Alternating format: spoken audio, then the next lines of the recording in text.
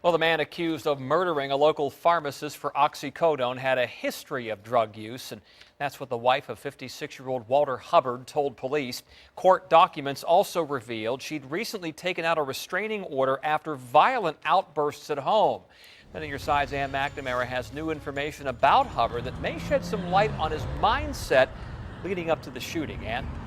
And just in the last half hour, I've been working with my colleague Jason Marks to confirm that the gun that Hubbard used was stolen from a sheriff's deputy's home, a neighbor who lived near the suspect. And we're also told that that gun was a service weapon. That deputy will not be punished because, of course, this was a break-in. But just an interesting fact, we're learning more and more about this scene yesterday, about what happened, and especially about Hubbard, about his personal life, and about some of the things that perhaps led up to this scene yesterday.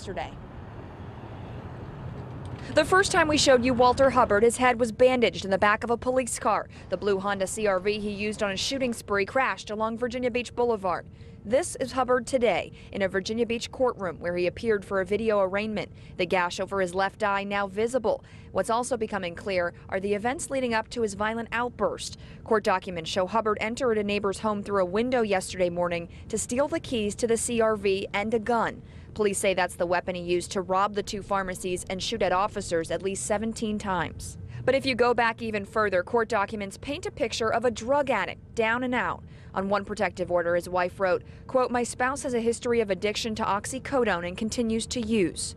In court documents, she blames the drugs for her husband's violent outbursts. On March 10th, she called Beach police to their home on Bernadotte Street.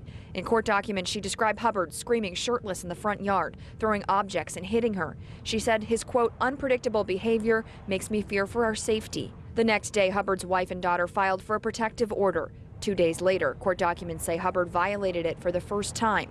Records show he violated protection orders again on March 20th and 21st, the last time saying he'd been living in his truck and came home to shower. And also in that document about the shower, it said he wanted to shower because he had dirt in his knee, which had just had surgery on. That matches up with what we heard from his former employer, AGI. Today we're hearing from the employer, said that Hubbard twisted his knee in March. It was a workers' comp case. He did have surgery in March on the 17th, we know from court documents. He's cleared to come back in April, but never did. It's not clear why, so the company dismissed him in April. They also mentioned when he was hired in October of 2013, he was drug tested. He got the job because he passed that test, and also wanted to mention they said he was never a problem at work. So we're just learning and continue to gather. My colleague Jason Marks will have much more for you tonight on Wavy News 10 at 11. Live in Virginia Beach, I'm Ann McNamara, 10 on your side.